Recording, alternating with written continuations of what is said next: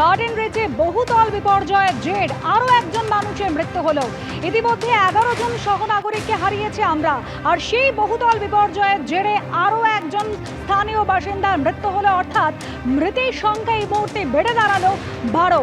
SSKM হাসপাতালে ভর্তি ছিলেন ওই মহিলা, এবং ইতিমধ্যে চিকিৎসকরা তারা বলছেন যে গুরুতর আহত অবস্থায় তাকে নিয়ে আসা হয়েছিল। ঝিলম করঞ্জাই আমাদের প্রতিনিধি সরাসরি রয়েছেন আমাদের সঙ্গে। ঝিলম, মারিয়াম বিবি ওই মহিলাকে ভর্তি করা হয়েছিল গত 20 তারিখ, কি অবস্থায় তাকে নিয়ে আসা হয়েছিল? শুধু তিনিই নন, আরও 3 জন এই মুহূর্তে এসএসকেএম এর সংকটজনক অবস্থায় ভর্তি রয়েছেন। ঝিলম, একদমই এসএসকেএম হাসপাতালে গার্ডেন রিচ ঘটনায় দুর্ঘটনাগ্রস্ত এবং গুরুতর আহত হওয়া 4 জন ভর্তি ছিলেন, এবং তার মধ্যে এই একজনের মারিয়াম বিবির তার আজকে ভোর রাতে মৃত্যু হয়। বছর 85 এই মহিলা তাকে একটি বেসরকারি হাসপাতাল থেকে 20 তারিখ এসএসকেএম হাসপাতালের ট্রমা কেয়ার সেন্টারে স্থানান্তরিত করা হয়। আমরা সেই ট্রমা কেয়ার সেন্টারেই রয়েছি, সেখানে তাকে স্থানান্তরিত করা হয়। তার প্রবল চোট ছিল শরীরের বিভিন্ন অংশে, এবং যেহেতু তার অনেক বয়স ছিল, শুরু থেকেই তার শারীরিক অবস্থা বেশ উদ্বেগজনক ছিল।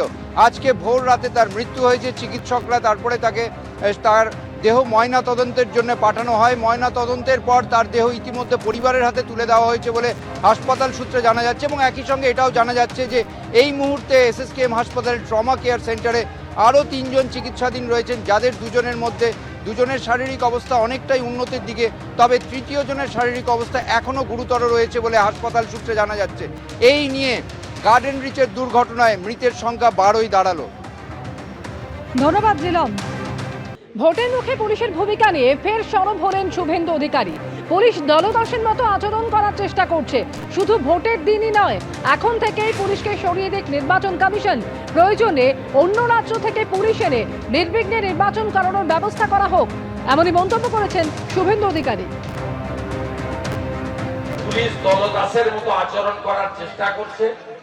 আমরা ইলেকশন কমিশনকে বলবো, পশ্চিমবঙ্গে থেকে পুলিশকে শুধু ভোটের দিন নয়, এখন থেকে সরিয়ে রেখে প্রয়োজন হলে অন্য রাজ্য থেকে পুলিশ অফিসারদেরকে নিয়োগ করে এই রাজ্যে আইনের শাসন, গণতন্ত্র এবং বহুদলীয় যে গণতান্ত্রিক ব্যবস্থাপনা, অর্থাৎ নির্বাচনে লেভেল প্লেইং ফিল্ড, অর্থাৎ নির্বাচন পরিবেশ প্রচারের সুযোগ, এটা করার ব্যবস্থা গ্রহণ করতে হবে। পাগলের প্রলাপ।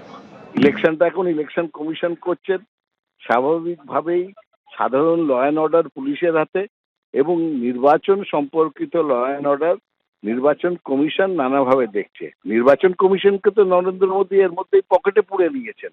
নির্বাচন কমিশনার নির্বাচন যারা করছেন সে নরেন্দ্র মোদী আর অমিত শাহ।